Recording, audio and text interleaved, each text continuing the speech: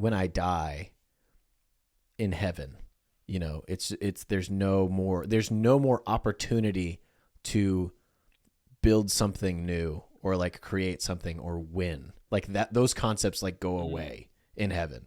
Yeah. And so I guess I'm thinking like I'm here now and I'm absolutely dedicated to my family 100%.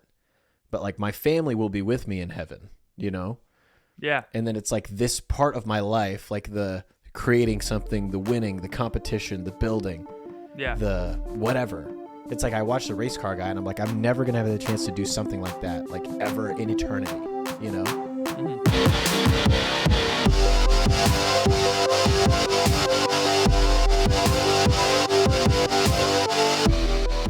Welcome to The Crunch, the only podcast that pays its taxes. It's your boy, Ethan. And I'm pleading the fifth. This is The Crunch. This is The Crunch, a Catholic podcast where we have a little topic, have a little joke, have a little drink. We think more people should have conversations like this one, and we're glad you're here with us. Yes. Ethan, happy post-tax season. You know what that means. It means it's time for everyone to stop talking to me about taxes for a whole other year. Yes. Unfortunately, Ethan, we run a business, and so I'll see you in June. We run a lifestyle brand. Yes, that has to pay taxes quarterly. So I've been allegedly. Here's the deal. Here's what I've learned in the past month. It's not illegal to not pay. It's just illegal to not file. So we could file every year and then lose the routing number in the mail. I don't think that's true. I will not wire my money to the government no matter how much they ask, because here's the thing. It's their name is on the dollar. It's their money anyway. I'm just borrowing it, really, from them. What if we rendered unto me a little bit, huh? Yeah. What if I started printing Ethan dollars and I sent them a bill? And it was like, hey, you've incurred this much. I need you to here's the instructions. It's due by April 16th because I don't want to take your thing. Yeah. But send them on in and pay heed maybe for once in your life. U.S. Department of Treasury. Remember that one time in 2020 when tax day was like September? Everyone was like doing their taxes in December. Is that true? Did that happen? Yeah, they deferred tax day for quite some time. Oh yeah, because of the COVID-19 pandemic. And I was like, everyone's home doing nothing. What do they got going on? Just do your taxes, man. I think everyone the government took a mental health. Yeah, year. The government took a mental health day. Can I talk about something really sad? Speaking of mental health, by the way. Sure. This is not the direction that you think it's going to go in. Okay. I highly respect anybody who works. Anybody who works in the mental health fields, who helps people who have mental health problems. I think that's great. On the other hand, I do think that there is a large concern with mental health that is maybe a bit fabricated or used as an excuse for lack of discipline or virtue in other areas. Fair? Yes. Fair. Mental health is real, but I also think it's too much with the mental health sometimes. Too much with the phone? Too much with the phone. Too much with mental health. I was looking so I've been blown up on LinkedIn lately. And it's the time for the Young Catholic Professionals Conference. I know. 2 out of 3 ain't bad. That's going to be our tagline, right? for the show. We're young, we're Catholic. Like 2 out of 3 ain't bad. Yeah. Who knows? We have professions. I will not be wearing a jacket or a tie at this event. Whoa, bold. I will probably. I probably will. I need to go to Men's Warehouse. Not important. So I was looking at LinkedIn and I was scrolling through like my contacts list because I was just seeing. I kind of wanted to see like what are the people I'm connected with from high school and college. What are they doing? And first of all, if you ever want just like sadness to overwhelm you, go and find like the highest achieving people at your high school and look them up on LinkedIn. So I did this. There was a guy in my high school who was on Teen Jeopardy, who like won 10 grand on Teen Jeopardy. And he got a 36 on the ACT, perfect score, valedictorian, 5.0 GPA, took every single AP class. He would get the flu over winter break so that he could have perfect attendance. He had perfect attendance since kindergarten. Like a freak, but Yeah. super smart guy, super nice. He helped me a lot in math. He would get, and he was altruistic. Wow. Yeah, like he was Shares the wealth. honestly great guy. No problems with him. Yeah. And he's like genius level, right? Like everything he does, he just gets and he understands. So we're like, this guy is gonna do something amazing. And I look up his LinkedIn, and he's a postdoc research fellow around the stigmas of mental health. And I'm like, dude, You could have put rockets up in the air. I know. Like I was it made me sad. I was like, come on, man. Do you know how much Raytheon would have paid for that brain? That's what I'm saying. We could have used you for cybernetic research. Actually, you know what? Actually, the worst thing in the world is that the worst thing in the world about secularism is that all of the best minds, all of the best spectrum adjacent minds, instead of using their skills to memorize the Summa, and do a theology, they're using their skills to memorize intersectionality words, because there's new ones every Man, I sound like a boomer dad. You are a boomer dad, but he could have been like, if he was alive back when we didn't know about the sun, he could have done the calculations. Otherwise known as the Dark Ages. The Dark Ages, when there was no sun. So dark. The only son was the Son of God, delivered by the Catholic Church in Europe, and people who rejected him. That's why they thought it was so dark, because they rejected the light of Christ. Anyway, he would have been able to calculate the trajectory of celestial bodies with aplomb, and and I can't even. He would have had titles deeded to him over land, so that he could have income, so that he could focus all of his energy on calculating the gravitational pull between Venus and your mom or whatever, like he could have been doing that. What could have been accomplished? Imagine what he could have done. And today he's a postdoc research fellow studying the stigma of mental health. And it's the same thing, like all the other people, like the top 10 people in my class, it's all the same. Like they're all just like HR reps, and not that I'm any different. I'm a digital marketing specialist at a nonprofit, but it was just kind of like, man, everybody thought we were going somewhere, and everyone was just kind of normal, It is sad. I don't want to dunk on this guy too much. You can let's dunk on him. I'm going to dunk on the system and not him, because the system failed him. All right. Mm-hmm. Poor guy's probably hates his life. No, I'm just kidding. He's probably having a good time. But he's probably fine. The whole system, instead of why are you spending money employing people to study, instead of studying the thing, studying the stigma around the thing? Yeah, isn't that crazy? Seems much less important, right? In my opinion. Yes. We want to study, and that's the issue with sociology. Mm-hmm. You hear the what was it? Psychology breeds anthropology, breeds sociology. And it's just, you're getting further and further away from studying a real thing. You're just studying an ethereal, and so you can have any opinion on it. He was so good at all of the real sciences, and he ends up for his job doing the fake science. The softest science. The softest, Sad. Maybe he's just putting in the work. Maybe he's just putting in the work, and eventually he's going to graduate to a postdoc studying mental health. Maybe one day. Someone, if we keep talking like this, someone's going to have a postgraduate degree studying the stigmas of mental health. I'm creating more stigmas. We need to study the stigma around being a Catholic podcaster. Study the ligma of mental health. I knew you were going to like that. How about this? Let's study the sigma of mental health.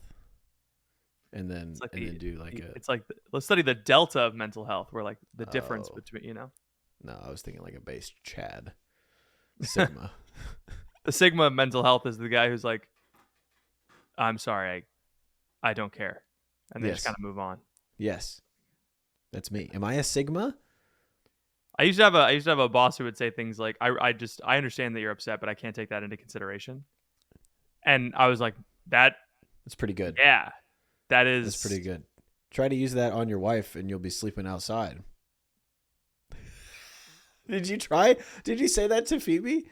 No. I understand that you're upset, but I can't take that into consideration. Patrick, the type of guy to hear a cold line from his boss and use it on his wife the same day because he thought it was cool. It went over well. Don't do that. Did it? No. Okay. Well, that was a hard read, by the way. I had no idea that you actually did that. It sounds worse than it was. Fear not. Well, it sounds pretty bad. My wife and I didn't say it like that. My wife and I are good at communicating, and we don't yell at each other and take things the wrong way. We tend to not snap at each other. It's good. Sure. Yeah, you guys never get upset with each other or whatever. No, we definitely do. But I will say that a lot of the things that I think, I do not say. And so I can assume that a lot of things that she thinks, she do not say.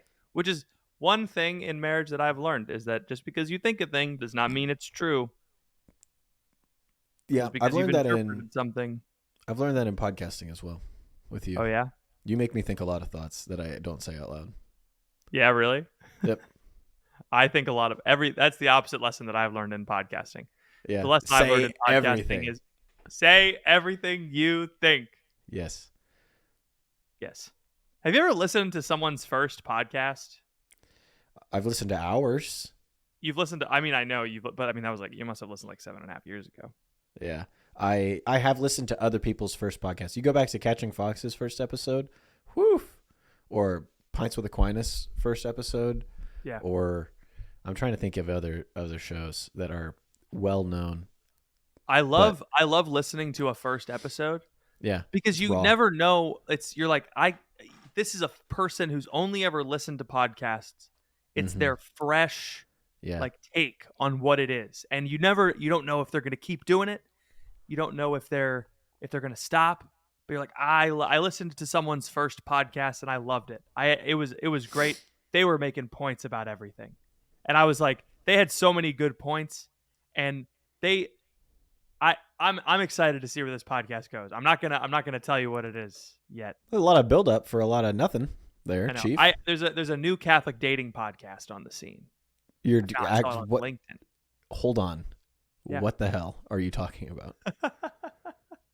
Patrick, co-host to a guy that has a whole show called Dr. Ethan's Dating Corner that he helps me co-host. Oh yeah, I've been listening to this other. This is like the guy. This is like the head of Nike being like, oh yeah, I tried out these new shoes. They're called Adidas. I don't know what they are. I've never heard of them. They were made by Nazis. They're really comfy, and I like them a lot. And they're my new favorite shoe now. Is basically what you're saying.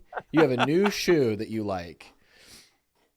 Now, I listened to a podcast. A friend of mine from, I guess an acquaintance from college. We're friends on LinkedIn. She posted about her new dating podcast with a friend of hers, and I listened to it, and it was good. It's called Love That. Go listen to it. Is it better than our dating show that we do? I am biased. I will say no. I think ours it's their first show, so I don't know if they're going to do advice stuff, but we have an advice show. I don't know if I like the advice show better. It's salacious. Yeah. You got to get into the nitty gritty. Like, this guy has a horrible life, and it's not as good. It's not as good as mine. That makes me feel better about myself. Yeah. Mm-hmm. So I think ours is better in like a monkey brain sort of way. Theirs was better in like I think they had good. They said something that I should have saved this for the dating corner, because I might save this topic for the dating corner, but I want to know your take on a piece of advice that she gave. Really? A piece of general advice, yeah. Could we not just do a dating themed main show? Ooh, that's a little too much like putting a hat on a hat. That would be too much. So she said, like putting an overcoat on an overcoat. Yeah, she said that she had received this advice from someone that every good relationship has at least 2 deal breakers. And that was something that made me pause the podcast and go, I don't know what that means. Every good Monopoly deal deck has at least 2 deal breakers. Do you play Monopoly Deal often? Who doesn't play Monopoly Deal, brother? It's the game of the people. When I come down out of my ivory tower and everyone's like, Mr. Ethan, please spare a pence for a meat pie. I say, sir, I will give you more than a pence. I will give you a whole game of Monopoly Deal, good sir. And I play with the people when I come at least down. $1 at a yard sale. It's worth more. You can get it at Target for I think $12 at least. Yeah, its resale value is about $1. Yes, but it's quite a game. The cards in it are worth $1 million. Individually? Individually, yeah. There's like a 1 million, and there's like a 2 million. There's like a 5 million. Yeah. And even if you get lucky, there's the orange 10 million card. And so $12 gets you access to riches untold. Mm-hmm. Anyway, so there's 2 deal breakers in a relationship. Yes, a good relationship has 2 deal breakers. Our point was that when people are dating, they go through, the learning about you phase, and their deal breaker is like, oh, this guy wants to live in Oregon and I want to live on the beach. And that's a deal breaker. There's beaches in Oregon. Yeah, that's a very good point. Should have picked the better. Not real ones. Not real ones you can swim in. There's sad beaches from like a Taylor Swift 20, like from a every song. Every beach in Oregon is a nude beach because there's no one else there, so you can do whatever you want. Yeah. Every beach in Oregon is like a sad beach where you'd listen to like a Cage the Elephant song. Cage the Elephant. Yeah. Wow. Is that the type of music you like? No, that's the type of music you listen to on an Oregon beach. It's just cold, rainy. I don't know enough about Cage There's a bunch of hipsters there to even reference one of their songs. Anyway, did they write Sweater Weather? I don't know. I've never. Someone correct me in the Discord. Yeah. And so like her point was that if you're not changing for the relationship, like changing your standards for the relationship, there at all, there's like something wrong there. So is she saying that it's good to have deal breakers or bad to have deal breakers? It's good to have deal breakers. Every good relationship has at least 2. I thought it was insightful. There's things that when people are dating, they're like, I would never date a guy who does X. That's a deal breaker. And then it's like, okay, I've met this guy and I love him, but he has this X quality, but I love him more than I hate that quality. Oh, she's saying that like a good relationship has things that were previously deal breakers that are now no longer deal breakers.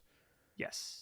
Okay. I was like, that doesn't make any sense. That seemed self-evident to me. But... No, I didn't understand. It maybe because I was thinking about Monopoly Deal and the irrevocable nature of a deal breaker.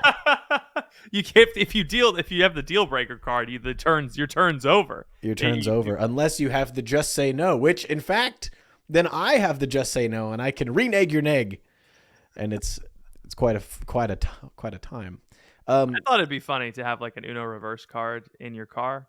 Yeah. And then if you ever get pulled over, you just like hand them your license, registration, and an Uno reverse card. Nice. Because it's not going to hurt. You're already getting a ticket. But you have to switch everything. So you become a cop and you have to take that guy's family. And he has to start living your life. And all of a sudden I'm podcasting with 45-year-old Bruce. Who's bald. Formerly Officer Bruce. Formerly Officer Bruce, FKA. And that would be fun. That's what Max Fosh did at the influencer soccer game. It's really funny. Gosh, he's so clever and so handsome. It's the accent that makes up for a lot. Do you want to talk about dating more? We can. I think you had a good point there about the deal breakers. I agree with it. Good. It was my point. I did come up with it and didn't listen to it on a podcast. It's all ours. Haha, copyright. I recently viewed a film that I would like to discuss with you. Was it Rise of the Planet of the Apes? No, but I do like that movie, and I would talk about it. Okay. I like. Go on. It would that does play into Monkey Mondays. So Ethan. Yeah. They're apes. Oh, that's true. But remember, if it doesn't have a tail, it's not a monkey. Ape? If it doesn't have a tail, it's not a monkey, it's an ape. It's in the monkey in the monkey genus. It's in the monkey. It's in the monkeyverse. It's in the extended monkeyverse. Across the monkeyverse. It is just. That's a VeggieTales song. If it doesn't have a tail, it's not a monkey. Oh. I don't like when they try to educate me about stuff in real life. Then Larry goes around and like a kite, monkey, a fire hydrant, ape. And Bob's like, I don't think that's what she meant. And he's like, the zookeeper said if it doesn't have a tail, it's not a monkey, it's an ape. So if it has a tail, it's a monkey. If it doesn't have a tail, it's an ape. Just the brutal logic of the cucumber. Indeed. He's so locked in. Larry's razor. forcing the zoologist to be precise with her definitions. If anything has a tail, it is a monkey. If anything has no tail, it is an ape.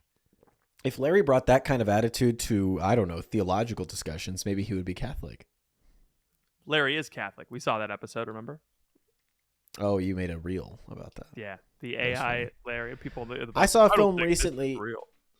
It was not The Rise of the Planet of the Apes, although I do enjoy both Dawn and War for the Planet of the Apes in that series. I do not like the one with James Franco, the first one, because it's a little... I like it when the monkeys start talking and they start shooting each other with guns. That's my favorite part of the... unsurprisingly to many of you, that's my favorite part of the trilogy. It's when there's guns and riding on horseback. So... This episode of The Crunch is sponsored by Briefcase Marketing. If you work or know people who work or are a Catholic parish, you need to listen to this. Hold on. I used to work at a church. You guys know this. Yeah. And website design is very important to me because it can be the difference between getting no phone calls from confused parents or 1,000 phone calls from confused parents about when your events are or where forms are located. You know,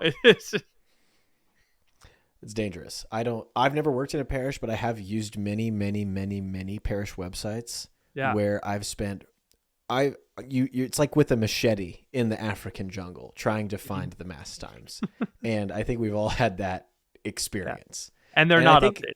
They're not updated and they're wrong. And you show up and the church is empty and you miss mass for that day. And then you call your dad and you're like, what do I do? And he says, I don't know. This is your fault. And it's just a mess. And you get yourself in a big old mess. And what Briefcase Marketing does, they make sure that mess doesn't happen. You know, nobody has to go through that.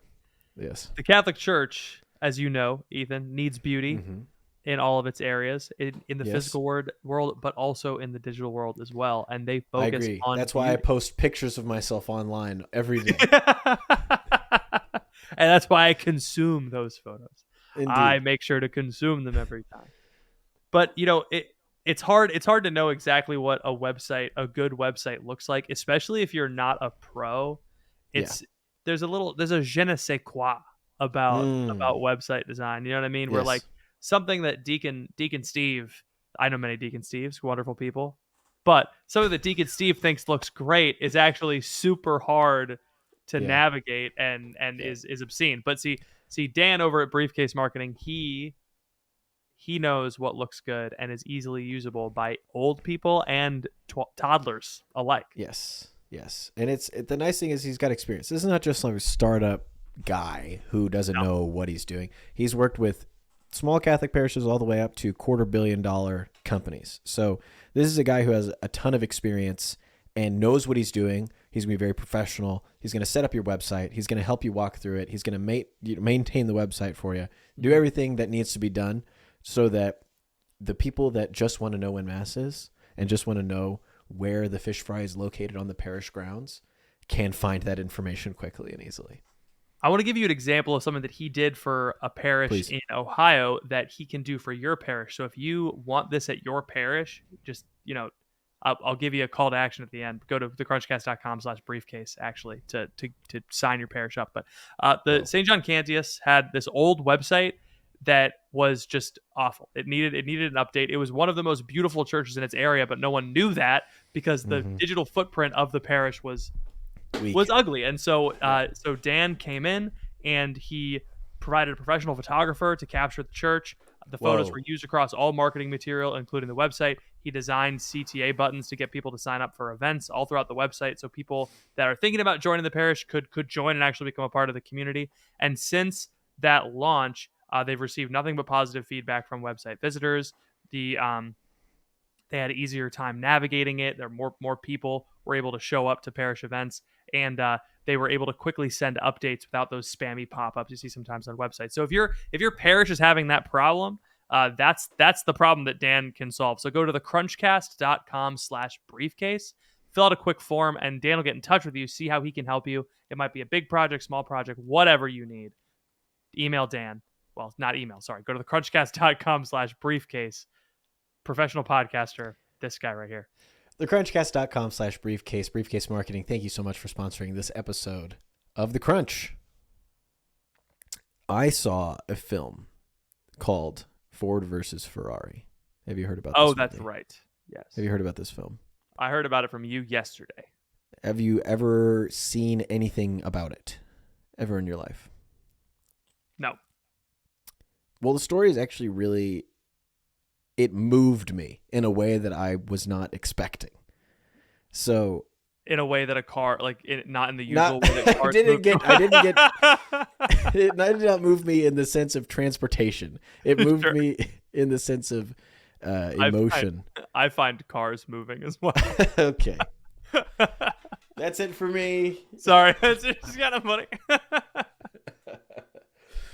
I'm trying to think of a better word, but it's basically the story of this guy. Spoilers for Ford versus Ferrari. It's a real life. It happened. So I feel like it's not. I feel like if a movie is based on a real event, you can't spoil it because it's real life. You know. Yeah. It's like watching Saving Private Ryan and a bunch of people die on the beaches of Normandy, and you're like, spoilers. Look it up. Yeah. It's like when they call the movie Saving Private Ryan and they save him at the end, and you're like, spoilers. I know, that's crazy. It's like, hold on, wait, the Nazis lose at the end? No. Keep the dramatic tension, please. Come on. What's that in the background? What are all those Nazis doing on a boat to Argentina? What is that? Consider spoilers. And who's that bouncer at that nightclub talking to? I'm just kidding. I don't know what that's a reference to. Oh, that was a really probably uncouth reference to the fact that Pope Francis was a bouncer at a nightclub in Argentina. And so I was implying that. I thought you were saying that you had a friend. Nazis. You had a friend who was a former bouncer at a nightclub who was a Nazi. No, however, Larry the Cucumber did once perform an authentic, traditional Argentinian ballad in the original Spanish called "The Dance of the Cucumber." So who knows? Maybe if we can figure out a way to get that in the German translation, like the German version of VeggieTales, we maybe could make some noise with BigIdea.com. It's probably like "La Danse de Liechtenstein" or whatever they. That's German for cucumber. I watched Ford versus Ferrari, and it moved me. And it's about this period of time. It's like the mid 60s, and Ford is lagging behind. Right? They're a bit of a boring company. It's time to get into racing, and not like silly American racing, but like real European racing. Yes. Yeah. So the whole thing centers around this 24-hour race at Le Mans. Have you heard of this? The 24-hour race at Le Mans? No. it's a 24-hour race at Le Mans, and I gathered that much. I don't know what Le Mans is. And the whole thing is they're trying to build a car that is faster than the Ferrari car. Sure. And one of the main characters is Christian Bale, who's the driver, who is a bit of a. People don't get along with him. The suits at Ford don't like him because he's sort of a character, but he's the best driver. Him and the car are one, and so you can't. So Matt Damon is always like, it has to be this guy, and then the guy and the Ford guy is like, I don't want that guy. I want my guy. I want a real American Ford boy. And he's like, well, your Ford boy sucks at driving, so it's going to be this guy. And so eventually he gets to drive, and there's a relationship between the driver, who's played by Christian Bale, his name's Ken Miles in the movie, and he has a son who's like 15. And so this was really interesting to me because not only was it a story about men who were all like working on something together and like working through interpersonal conflict to like beat someone else, right? So there's this like really cool competitive aspect to it. Like I was watching them, I was like just seeing all these guys like working together, and I was like, man, maybe it's just because I work remote, but I was like, I want to work with a bunch of guys on something. Yeah, but then there was also this aspect of the father and the son, and the dad was 45, and he had been in the war, and he was a race car driver late in life, and he was the best at it. Like he would won every race, he was so good. And his son looked up to him, like idolized him, and would like stay up late. I know this is like a movie trope and this doesn't happen in real life, but the son would stay up late, like drawing the courses, that his dad would drive, and like trying to memorize the track so that he could follow his dad on TV when he's over in Le Mans. And I know that's a trope of like the son staying up late, and the dad comes in like, what are you doing out of bed, sport, But I saw that scene and it made me think, and I wanted to talk to you about it because I am concerned that my desired career path does not lend itself to my son staying up late at night and like thinking about what I'm doing, or like looking up to me. And this might be like a non-issue, but it feels weird to like love the Catholic faith a lot and like want to be working in like oh no. Can you hear me? Yeah, I can. Okay. My internet just like restarted for a second. But if we're good, then we'll keep going. It feels weird to like really want to be in the Catholic media space and do podcasting and do shows and want to do social media, want to do all these things. Like I can't imagine my son staying up late and like making a reel that I made, like, so I was thinking, is Peter going to grow up and like dream of podcasting? Yeah. Like and not that everyone has to have like a sexy job, and obviously race car driving is this exciting thing and it's a movie, but I was just sexy. I was thinking about it, and it just kind of made me, on one hand, sad to think that, like, am I ever going to have a like thing in my life that is like so thrilling to like my teenage son that he's going to want to come to all of my races and want to do all these things. And I just don't know. Is it like wrong for us to like make our whole lives this thing, or would it be better for us to like go and be excellent at some other thing and then like let the faith live through it? Because it's like, he's also not going to stay up late and like read the Summa either, I don't know. He might be if he's like you. Some kids are nerds. I know. Do you kind of get what I'm getting at here though? Yeah. I'm sure a lot of people resonate with this. We were talking about, not whose kid grows up drawing pictures of the stigmas around mental health, It's like there's jobs. True. Yeah. A lot of jobs are just not real jobs. Yeah. Most jobs are email jobs. Mm-hmm. And so I don't know. There's things about work that your kid sees and what they don't see. Mm-hmm. And they're gonna get, I feel like Peter will get excited about the things that he does see. Yeah. Like my dad look, that's my dad on a YouTube video and there's a bunch of numbers beneath his picture. That's cool. Maybe. And kids do film reels, by the way. They do pretend to be YouTubers. That is a real thing. Yeah. Unfortunately. But I think this, like, for my job is, and my son's not going to grow up and be like, I want to be a salesman. You know what I mean? Like, but he might grow up and want to be an entrepreneur. He might want to grow up and start his own business where he sells wares to the local youths. It sounds like your son's going to grow up to be a drug dealer. That's what it sounds like. He's going to be on the corner. He's going to be selling. But yeah, I don't know.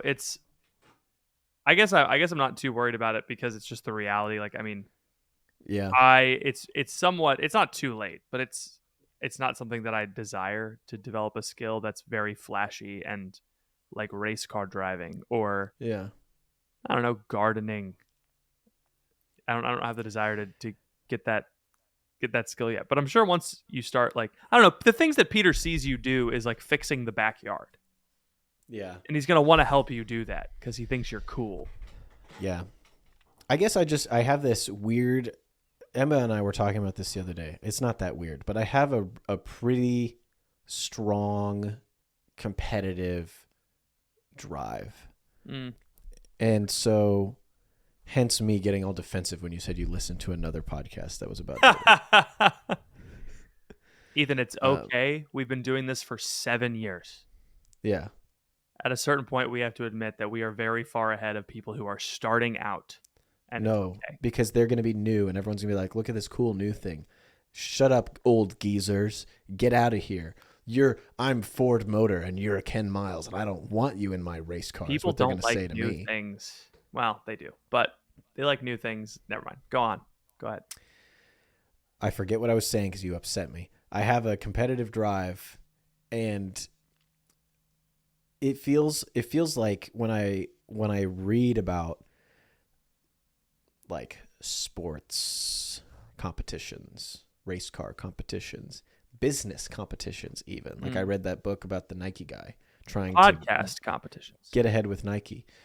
It just feels like I am so far removed from any type of like legitimate competition in my life, you know? Yeah. Like last night I played poker for 4 hours. It was the best. It was the best. Like I was literally, time flew like this because I was analyzing. And I was like, you bet like this. I was locked in. It's like, you bet like this when you have this and you don't. There were people at my table who didn't know what cards they had in their hand, which just drove me insane because to me, it's like, you don't respect the competition. Yeah. You're here, you're faffing around, and take it seriously. We're only playing for $5 total, you know, so each hand is worth like 15 cents. You know my big pet peeve in poker is when the newbie is like, I'm gonna go all in just to see what happens, and then the person who wins with like high card gets double the chips. You know, it's just not. Yeah. I did go all in. I did go all in against someone. I had a pair of fives. He had a pair of kings, and I hit a 5 on the river to win the hand. It was electric. It was awesome. Anyway, but I wonder, is that like wrong of me? Like, should I be more content with like what you're saying? Like, oh, I'm just going to do my job and like my son's going to like the things that he sees. And my life is just not going to be very spectacular, you know? I don't know. There's something about that just makes me like sad, I guess. And I don't know if I don't think that's a Christian attitude. I think maybe I'm just like America pilled, you know? There's and Chestertonian quote that says, "There's nothing more extraordinary than an ordinary man, his ordinary wife, and his ordinary children." Which, in terms of like definitions, is untrue, but in terms of spirit, like it is true. Yes, right. You know, everyone's trying to be extraordinary, and in that regard, it's very boring. Everyone's trying to tell you that they're different. Everyone's trying to tell you how they're like trying to scale. You know, everyone on LinkedIn is the CEO of their single member LLC. You know, it's like everyone's trying to be the best. And it's like, the best according to who? That's why I like the infinite game concept. It's very humble. Yeah. If you don't know the concept, it's like finite games have known players, defined rules, and defined outcomes, and a defined end, right? But infinite games, Monopoly Deal is a finite game. Is a finite game. But infinite games have known and unknown players, agreed upon and unagreed upon rules, and no defined end. The point of the game is to keep the game going. Yes. And it's like, that's kind of how it was when we were kids. Where it's like the point of the game at recess is not to finish the game. It's to play the entire, until recess is over, you know? And so we're willing to like, you know, it's an undefined rule. Like, I guess you are out, but that would mean the game is over. We can just keep playing. You know, like the point is to keep playing. And a lot of it, most of the games worth playing, I don't know if it's all, I hesitate to say all, but it seems to me that all of the games worth playing are infinite games. Marriage is an infinite game. There's known and unknown players. People come into the marriage that by the very definition of marriage, people come into it that weren't there before, and you don't know who they are. Your children.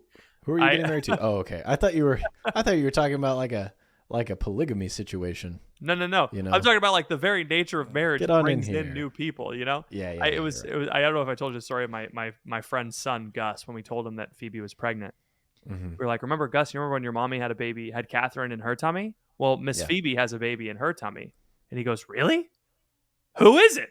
I was like, we don't know. That's the crazy thing. It's like, but it's like, that's the thing. It's like, it has known and unknown players. It has agreed upon and not agreed upon, known and unknown rules. But the point of you don't win at marriage. The point of marriage is to stay married. Stay married. Yeah. And the point of, and the Hormozi guy is saying this in regards to business, where business and I guess achievement and your career, the goal is not, there's not a finite goal. The goal is not retirement. The goal is to keep playing until you die. And so like doing and making something really cool and really and big. I kind of realized this in myself, where it's like, I have one foot. I live in the world. I have a family in the world. I need to build this thing. I don't know. To me, it's like your kid will see the drive that you have to, like, I have to go to work because I have to, like, I have to build this thing, and they won't understand it. They won't like it. They'll understand in the future. They can help you build in the future. You can include them in the business, right? And they, like, understand how it works. I think kids they understand more than you think, and they'll be impressed by more than you think. I mean, Leo thinks that the bunny on our neighbor's door is the coolest thing in the world, and to us, It it's is. so. I mean, have you seen it? It's amazing. Bunny. Every time the door opens, the bunny is gone because it's not Easter anymore, and he's like, bunny. And we're like, there's no bunny. He goes, wow. I know, ridiculous. Wow. But he's like, your kids are gonna be impressed because they're impressed by everything. Everything is new. Yeah, they've never seen it before. I guess deep down, I think there's a fear that, like, when I die in heaven, there's no more opportunity to build something new or, like, create something or win, like that. Those concepts, like, go away in heaven. Yeah. And so I guess I'm thinking, like, I'm here now and I'm absolutely dedicated to my family 100%. But, like, my family will be with me in heaven, Yeah. And then it's like this part of my life, like the creating something, the winning, the competition, the building, the whatever. It's like I watch the race car guy and I'm like, I'm never going to have the chance to do something like that, like, ever in eternity, And so then it's like, well, there's like a feeling that, like, I can't even describe, where it's just like ennui. Yes. Yeah. Dun, dun, dun, dun, dun, dun, dun, dun, dun, dun, dun. That's a Wii Sports theme. That's the Wii Sports. Anything that's good that you desire is present to you in heaven. I will have a race car. Yes. Everything, the good that you desire in racing cars is present to you in heaven in a more perfect That's fair. way. Phoebe and I were talking about that because there is a sadness when you have a baby for the first time. This part of when you get married, that part of our relationship is gone. Is over. And there's exciting things about it, and there's not exciting things about it. And when you have another baby, it's like, wow, it's not just going to be us three anymore. We have a third baby. It's like, oh, it's not just going to be us four anymore. It's like there's good. Right. It's good. There's another person. You're losing something, and that's sad. But all of those good things are present to you at once in heaven, because all of those good things are participations in the divine. Yeah, I guess I just don't believe that. Like the way C.S. Lewis has heaven in Narnia is pretty cool, where it's like further up and further in. They just keep running. Yeah. It's like it's infinite. The point of heaven is to keep going. Right. What if I want to go back? There's no reason to go back because the forward has everything include. Yeah. But I guess it's the infinite. It's crazy that we're like, God exists because there can't be an infinite regression to nothing. But then it's like, well, there can be an infinite forward forever. It's like weird to me. You can't be infinite regressions, but you can have an infinite progression. Yeah. I suppose. To me, that makes sense. Yeah. It's hard for me. Biased. Sure. It's really hard for me. It is scary when you stop to think about it. It's like, hey, in the future, you will exist in a state that you don't understand forever. Yeah. Yeah. That's kind of freaky. I don't like it. I don't like talking about it on my comedy podcast. It is scary. It is scary, man. I just wanted to watch Ford v Ferrari with my wife and talk about Enzo Ferrari. And instead, I'm like sitting there thinking about this boy and his dad. And the dad dies at the end of the movie. It's Dang, like, that sucks. No. I know. Yeah, I don't want to die. It's like, it's even worse, right? Because you have this like kid looking up to his dad and he wins Le Mans, except he gets second place due to a technicality. And then he dies testing the car that they're going to race next year. And it's like, oh, he never got the chance to be the best. So it's just, it just hits really deep. And now Ken Miles is up there in the infinite race car, hopefully. He was from England, so who knows if he's in heaven or not. Yeah, that's fair. It's really tough to get into heaven if you're in England. I think that the infinite game is desirable to me because the only competition is with yourself. Mm-hmm. You only lose if you decide to stop, and you win the day you decide to start. Yeah. And so the winning is perpetual. It's not in the strict sense infinite. Anti-Francis Thomas, don't come after me. It's not infinite, but it has no end. So what would you call that? It has no defined end, and so you keep playing, you keep going. I mean, the spiritual life is like that. You don't win, and I think a lot of people try to turn infinite games into finite games because it's easier to understand. Mm-hmm. Well, because we're finite people, Yes. So it makes sense. Our bodies are finite, like the material world is finite, but our souls are infinite. Yes, they are immortal. They extend into the future. Yeah, but I can't manipulate things with my soul in the way that I can with my finite body. You know, all of my day-to-day. Okay? Manipulate me right now with your soul. It just poops. I have manipulated you with my soul. Yeah. Anyway, I don't know if I have much more on that, but I just thought it was it was really, I don't know. I can't get it out of my head. It's just a great movie, by the way. I think everybody should watch it. And I don't think you will get out of it what I got out of it, because it probably is way more fun just to watch as like a car movie where they go, and it's good. Oh yeah. Those kinds of things hit different when you have kids, you know? Yes. When you are a kid, you're like, car fast. To go to sleep, car fast. Yeah. But you know, when you're a dad, you're like, man, that's sad. Mm-hmm. Yeah. Oof. Anyway, gotta stop. Phoebe was telling me, she was like, I think on Facebook they're showing me. She deleted her Facebook because she was like, they're showing me stories about babies dying. Like every time I go on Facebook, I see a news story about a baby who has cancer or a post from someone about miscarriage. And I'm like, Phoebe, it's because you always read those. And so Facebook is always going to show you them. Yes. You know? You have to click, I don't want to see more of this. It tracks your eye movement, so it knows that you're reading the word miscarriage, and so it boosts that, and you know, it's crazy. It's just because some guy who studies the stigma around mental health helped a guy who studied the AI tracking, and they work together to form something that ruins your day. That makes sense as to why whenever I get on Facebook, I just see articles for huge blocks of cheese. Is the only thing that I see over and over again. That must be correlated in some way to my browsing activity. Yeah, you're searching cheese. You're on cheese. I'm a bit of a cheese man myself. Yeah, that's what I've always said about you. Yes, I'm a kind of a cheese guy. Yeah, one day I'm going to show up and there's going to be a glass case right here. It's just going to have a huge cheese wheel in it, and then over the course of the year, it's rotating in a mirror box. It's going to get smaller and smaller. Every episode, a quarter of it is missing. Yeah. And then it's replaced by a new wheel. That's really funny. Oh man, I'd love to get if I won the lottery, I wouldn't tell anyone, but there would be signs. Cheese wheel and 1990s Toyota Land Cruisers would be you would know that I've made it big. Yeah. That's fun. All right. That's it for us on the main show, the main pod. Yeah. We're gonna do our we have another show that we do every week called Dr. Ethan's Dating Corner. It comes out on Wednesdays, where we take your dating questions and we answer them. We have a secret third show every Friday where we take no questions and we answer to nobody, and it's called we take no questions and we have no topic, but it's awesome.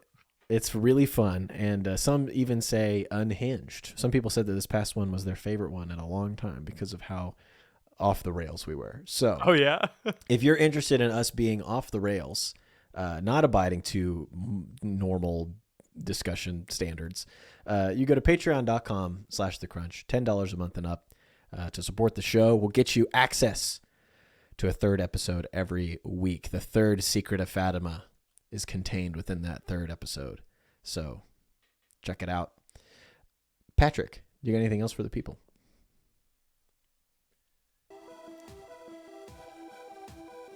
I, for one, would be impressed if Ethan became a postdoc studying the stigmas around mental health.